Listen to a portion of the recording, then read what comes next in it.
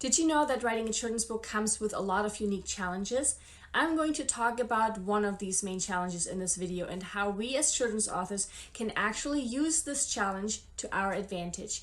Hi there, I'm Eevi, an award-winning children's author and ghostwriter over on eevijones.com and the creator of Children's Book University. I create videos specifically for children's authors, so be sure to subscribe so you don't miss my weekly videos. There are, of course, lots of things that make children's books very different from any other genre. They usually have a much lower word count, they contain lots of illustrations, they are usually meant to be printed in color. They have a much lower page count, and they have been written toward a very specific age group. But what most don't realize is that children's books are also the only genre that has to appeal to two completely separate sets of audiences. One, grown-ups like parents and caregivers, and two, children. Now, why is that? Why do children's books have to appeal to these two separate audiences? Well, it's usually the grown-ups that purchase the books, right? They are the ones that have the monetary means. And according to some studies, those purchasing grown-ups are 70% females between 30 and 44 years old. These are either moms, aunts, friends of the kids' family, grandmas, you name it. The kids, on the other hand, are the actual readers or end consumers of that purchased book. And unless they are old enough to have an allowance, kids are usually not the ones purchasing their own books. So if children's books are for children but purchased by grown-ups, what does this mean for us children's book authors? Well, it means that we have to appeal to both. We basically have to pull double duty here when it comes to marketing and promoting our book. And while this may seem like extra work and a major disadvantage, we can also view it as a major advantage because we basically can double our chances of making our book appealing to be chosen by two separate kinds of audiences. What we want to remember is this: the only time a purchase of a children's book comes to be if the child asks the parent or caregiver to purchase a particular book for them because they are really interested in it, or if the grown-up likes a book so much that they want to buy it for their kids. But the thing is that both parties might like a book for different reasons, right? For children, that reason might be that the book is about a particular character or topic they are already a fan of, like a book about dump trucks or about unicorns, for example. Maybe they have seen a particular book in class or in their school's library, like an especially fun book about caterpillars that was shared in a unit about butterflies. Or maybe they saw their friends read it, like it's so often the case with books like Big Nate and Dogman. And for grown-ups, their reasons for liking a particular children's book might be that the book teaches their kids something important that they want them to know or learn about, like kindness or friendship.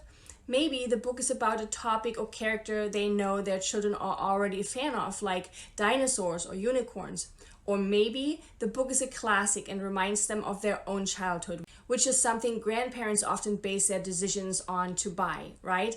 I'm willing to bet that if you have little kids, they have at least one little golden book they have received from their grandparents. And that's because those books, even though perhaps with new topics and themes, have been around since they were young. It's something they remember from their childhood or from their kids' childhood. And so looking at these two separate sets of reasons, what often happens is that they don't line up, meaning kids want a book that the caregiver isn't necessarily too crazy about. Dogman silliness is a great example. Most of us grown-ups don't understand why kids are so crazy about this series, right? And grown-ups buy a book that their kids aren't too crazy about because we focus on and prefer other things. Now, knowing that kids and grown-ups have their own reasons for wanting a book, what we as children's authors need to find is the golden middle, a selling point that appeals to both parties. So we will want to write our story in such a way that it draws in both sides, the grown-ups as well as the children. And that is part of my secret sauce formula I'm also sharing in my Your Story Idea Masterclass. It's absolutely free, so I have added the link to it in the description below. But how can we do that? How can we write our story in such a way that it draws in both sides? So let's look at the grown-up side first and then at the kids side. To come up with reasons why a grown-up would want to purchase a book, we can ask ourselves questions like these. What would parents and caregivers want their child to get out of reading the book with their kids? What would make educators want to add this book to their classrooms? What would make librarians want this book for their shelves? Now, there may be many reasons, but one of the main reasons why parents, educators, or librarians choose a certain book is because it's about a certain value. Now, what do I mean by that? Values are things like kindness, being patient, sharing, using kind words, being a good friend, things like that. Values are things or concepts we as grown-ups would want to pass on to our kids. So by weaving such a value or message into our story, we'll instantly help our book become more appealing to grown-ups, because we know that grown-ups want their kids to learn about the values and social norms of our society, right? Because if you think about it, how often have we tried to find a book about sharing or about taking turns or about being kind and patient? All the time, right? For example, with my two boys, it's very important to me that they say please and thank you without being prompted to do so.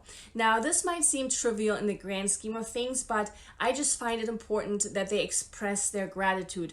And it was this value that made me go out and purchase books that addressed just that. Now, your values may be completely different. Maybe yours are about being honest, being punctual, being empathetic, being kind. These are all great examples of values we'd want to pass on to our next generation to come. And that's where this part of my secret sauce story formula comes in. It's meant to fulfill the needs of the grown-ups who are also the buyers. Now, what about a child's side of things? What would make our children's book more appealing to children? Because it's probably not values, right? Well, to come up with reasons why a child would want to read a book, we can ask ourselves questions like these. What are kids currently really interested in? If your book is inspired by your own kids, then ask yourself what is going on in their world right now. What can't they get enough of or can't stop talking about? You know, like garbage trucks, zombies, or dinosaurs. And in a much broader sense, what is splashed all over kids' clothing right now? What is on girls' shirts and boys' PJs? What is being displayed on the shelves and display tables when you walk into the bookstore's kids section?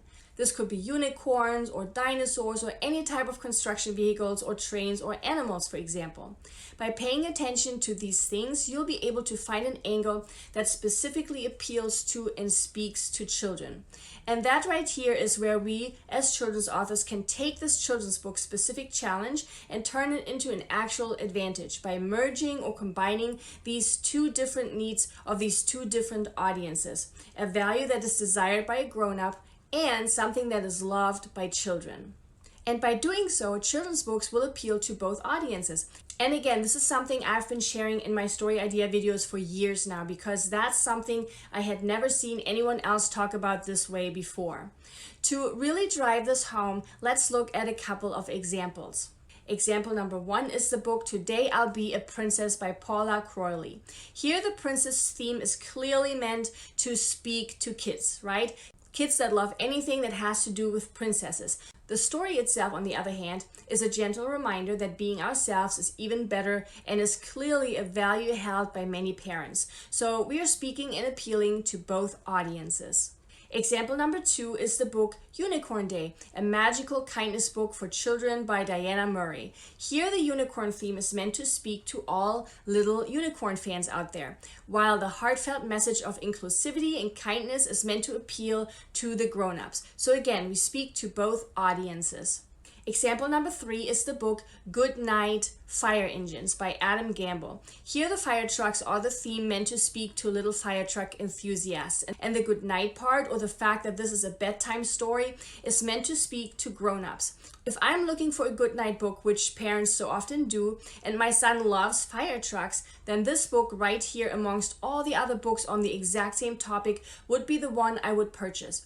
Why? Because my son is much more likely to want to read the story with the fire trucks with me.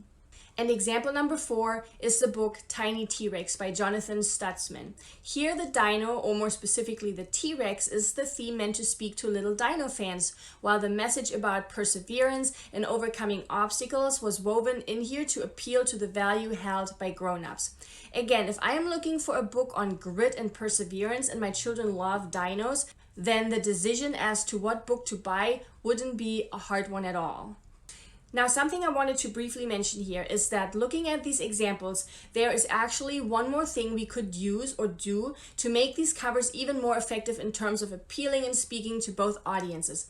And that is to convey the value, which again is meant to speak to the grown-ups, right? To convey the value via the use of subtitles, which is something I share in my perfect title formula, another free set of videos I created a while back. I'll be sure to link to that in the description below as well. Because if we were to use a subtitle here, we could easily convey the book's value so that grown-ups know right away what the book is all about. Now, I'm not saying that every book has to have both of these elements, one that appeals to grown-ups and one that appeals to kids. But what I am saying is that by thinking about both audiences, we are increasing our book's chance to being purchased and loved by both parties. So appealing to and paying attention to both these audiences can really provide us with an advantage when it comes to children's books, because so many don't realize or know about the dual audience, which is why there are so many children's books here that are trying to teach a lesson or value without also trying to appeal to the kids, and vice versa, where we have books that completely disregard to also cater to the grown-ups who are actually the ones buying the book. Most aspiring authors really do just sit down and start writing without any of this in mind, but not us. We are going to get it right from the start. We are going to write our story with this hook and marketing strategy in mind already. And this will truly make all the difference in the world. By merging these needs from both of these audiences, we will be able to appeal to both, which in turn will supercharge our book. A lot of books that are currently doing very well are doing well because they speak to both audiences, whether the author did so intentionally or not. And it is my hope that you knowing about this dual audience, that this will help you place your book ahead of so many others that do not employ this method. Building marketing angles into our book is something I've been trying to share with others for years. So make sure to use this knowledge to get your beautiful message out there. And again, if you want to take a look at your story idea and the perfect title formula, I will go ahead and add the links to the description below. I really hope you found this video helpful. Please give it a thumbs up and subscribe if you haven't yet. It really encourages me to keep making free videos for you just like this one. Here's to appealing to both audiences. Bye!